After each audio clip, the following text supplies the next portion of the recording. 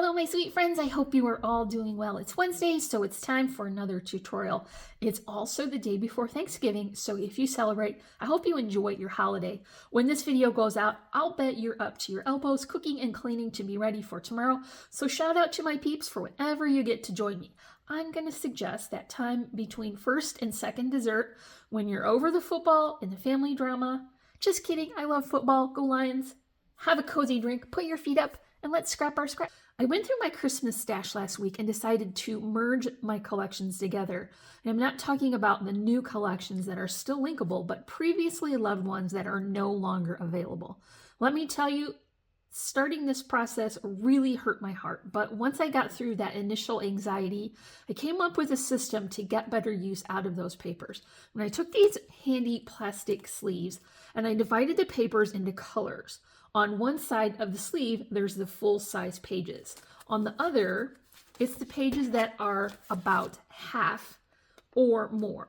Now, these are going to be considered offcuts. What's left over, I'm considering to be scraps, but they're still really usable, and we're going to work with those today. I just wanted you to see how I have them divided in the same way. However, I use the plastic sleeve that the collections come in to sort these out so I could get some use out of those as well. We're not making just A2 size clean and simple cards. We're going to get fully layered, fully embellished, fancy cards, and no one is going to know they came from scraps.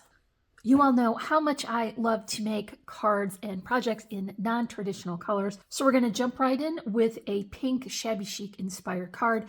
And for the pattern paper on this one, I have just kind of one chunk of a offset stripe here with a little pink and red. And then I had one long strip of this sweet candy paper, like peppermint candy.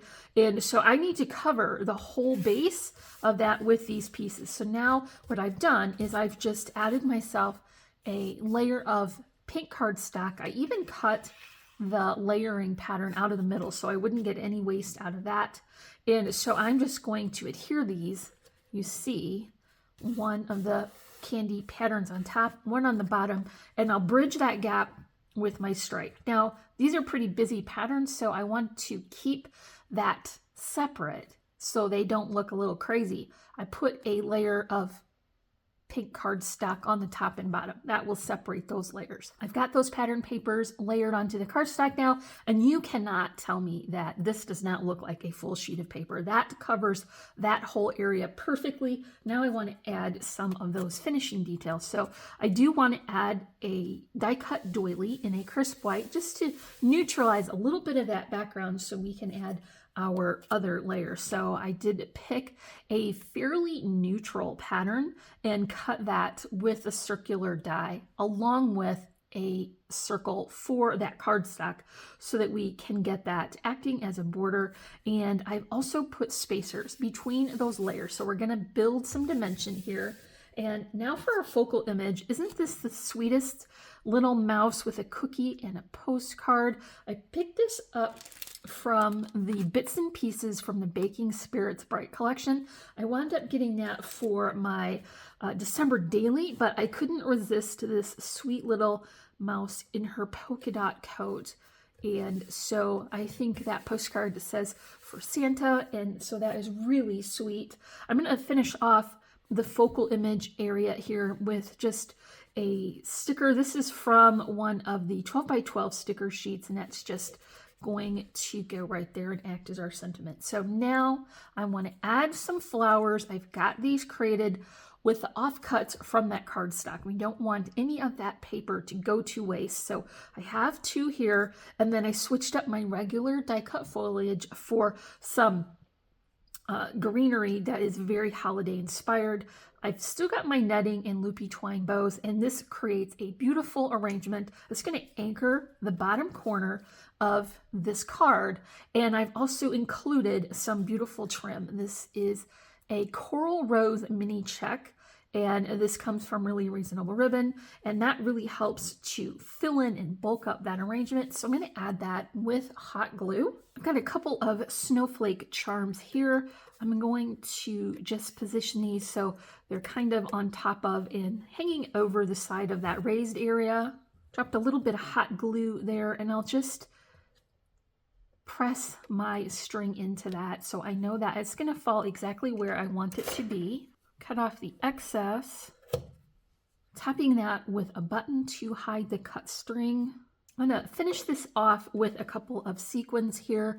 I'll just adhere these with my Tombow.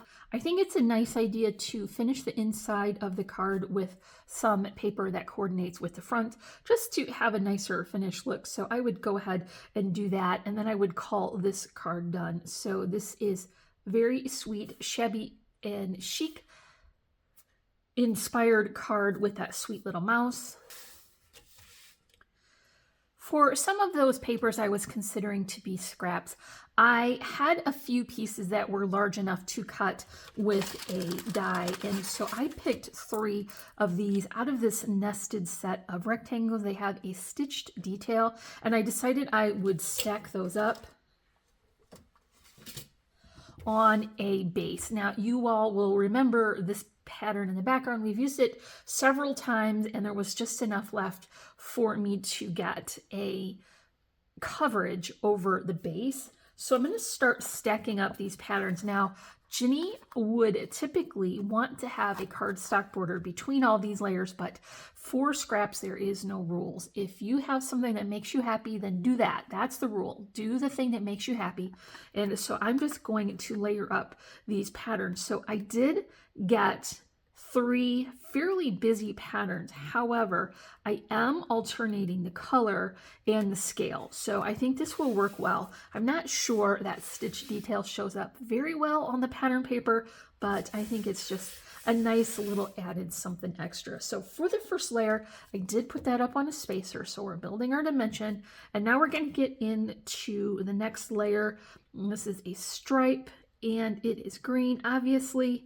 So it is going to be a noticeable layering pattern. And then for the last one, I have another red plaid. This time it's a diagonal rather than a buffalo, and it's going right in the middle. So I think this is kind of giving me homespun country Christmas feels. I just really love all of those rich colors and patterns. For this card, a fortuitous moment happened. I had this on my desk. I had it cut out because I was making some thank you cards, and so this one was just a leftover piece. It was already ready, and so I figured this would be the perfect place to use it. I do have that on another set of foam spacers so I can build a little more dimension, and I've added a little stickles for those details. I'm going to position this pretty low into the corner, and you'll see why in just a bit. Have a fairly generous size flower arrangement for this beautiful poinsettias, my holiday die cuts, and then some burlap ribbon with red stitching. I think that is so pretty and very in theme with my country Christmas feel. Now, I should mention that this snowman frame is from one of my printables. I'll link it in the description if you're interested in checking it out. It makes a beautiful focal image for your cards. And once again, I'm going to rely on hot glue for these flowers because it's pretty heavy. That's a very full arrangement. It has some shape to those petals.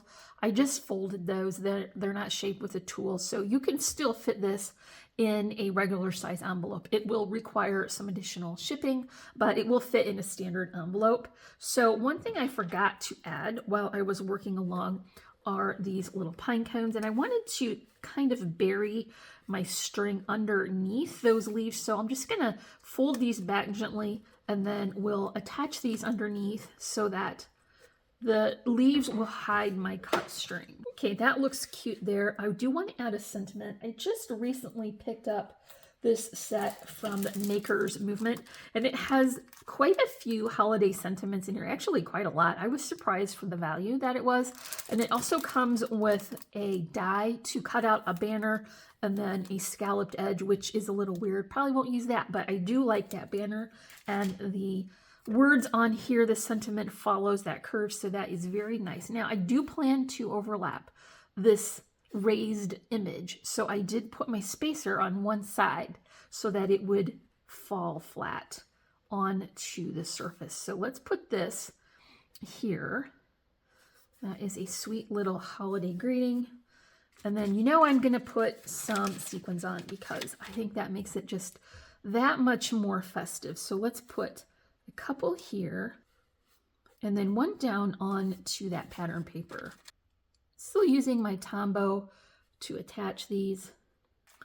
That is going to be it for the final card. I'm going to create a very layered effect. However, we're not going to be using flowers and trims. This time we're going to create a scene card. And so if you've been with me for a while, you'll know that I'm really embracing my sticker sheets and creating some sticker clusters for the purpose of telling a story or creating a scene. So first we need a background, and I should mention all the cards I made today are on a 6.5 by 5 inch base. And so this is standard, gonna fit in an envelope.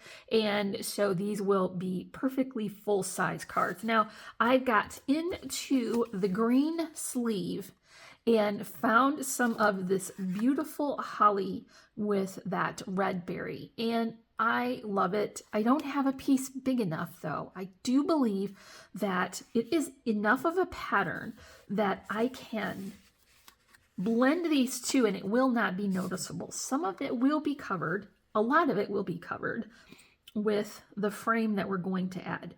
So I think we're going to get away with this, even though we're kind of joining two papers together. And so I do want to maintain that same border. I even left those merchandise strips on there. Doesn't matter because we're going to cover that right up. Now, this is another piece from another collection, but it was long enough so that I can cover that whole section. So let's get this added. You see, and now you can hardly tell where we join those papers together. So the next thing I want to add is a little bit of a background, and this is just going to sort of show when I add the frame on. Now, when I'm mentioning the word frame, I mean a die cut, and I'm just using the cardstock that I have for my base. And so I cut that out, has a couple little windows in here, and so I want to create a scene in those 4 squares. Originally, I wanted to have that cut with a cardstock because I'm going to use a gingerbread theme for this, and I thought that would coordinate really well. However, it was too blendy, and so I went back in and cut that back out with the same cardstock as the base. And so here is that frame. Now, there will be a small gap at the bottom. This is barely big enough to cover, but we are going to add enough layers so that we can cover up that difference. So here we have our frame. And now you really can't tell where our papers are joined. What I want to do is add my stickers. I picked the Simple Stories. This is Holidays and Baking Spirits Bright. And I just kind of combined them so that I can create a scene. My goal for these stickers is that every one of the squares will have a story, but they will also all work together to create a scene. And so that is my plan to start layering these in. So I'm just going to start this process, and a couple of pieces I'm going to lay down without pressing in place so that I get the perfect placement of that. And while I'm working along, I think it would be fun to have a question of the day. So what is the dish that you remember always having on the table for your holidays that you may or may not still make? And so for me, that's going to be a ambrosia or a mandarin orange salad. I always remember having that as a kid. It has some marshmallows and some mandarin oranges and coconut, and it is absolutely delicious. Now, the problem with that dish is that the tech hubby is allergic to coconut. And so whenever I serve that, he said that it makes his mouth itchy. So we don't serve that one anymore, but I do wish that we still had that. Now, let me know in the comments, what is your gone but not forgotten family favorite? Here is a couple of layers here And I'm going to run those stickers off of the border so that I have enough room for my full story. So we did hide that cut edge where it didn't cover the full frame. Now, see, what I want to do is create balance.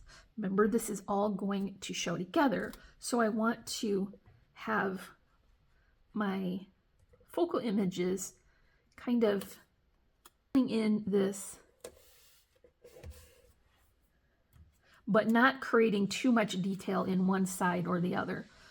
So let's put this here, a couple of hanging ornaments and another flower arrangement. And for my last corner, of course, I want to have the other gingerbread.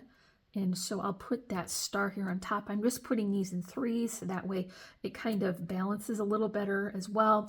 And then I've got my gingerbread guy for this corner and a little bit of detail with holly and berries. And that's going to be it. I think you could decide to pop this center portion up on a spacer, but you would be limited to the amount of space you have there, and you'd have to keep all of those stickers on the size of the frame. And so I really wanted to push that out so that I could get all of those added and not be too crowded. So that's it for my third card. Now, this one is obviously going to be well suited for a standard size envelope.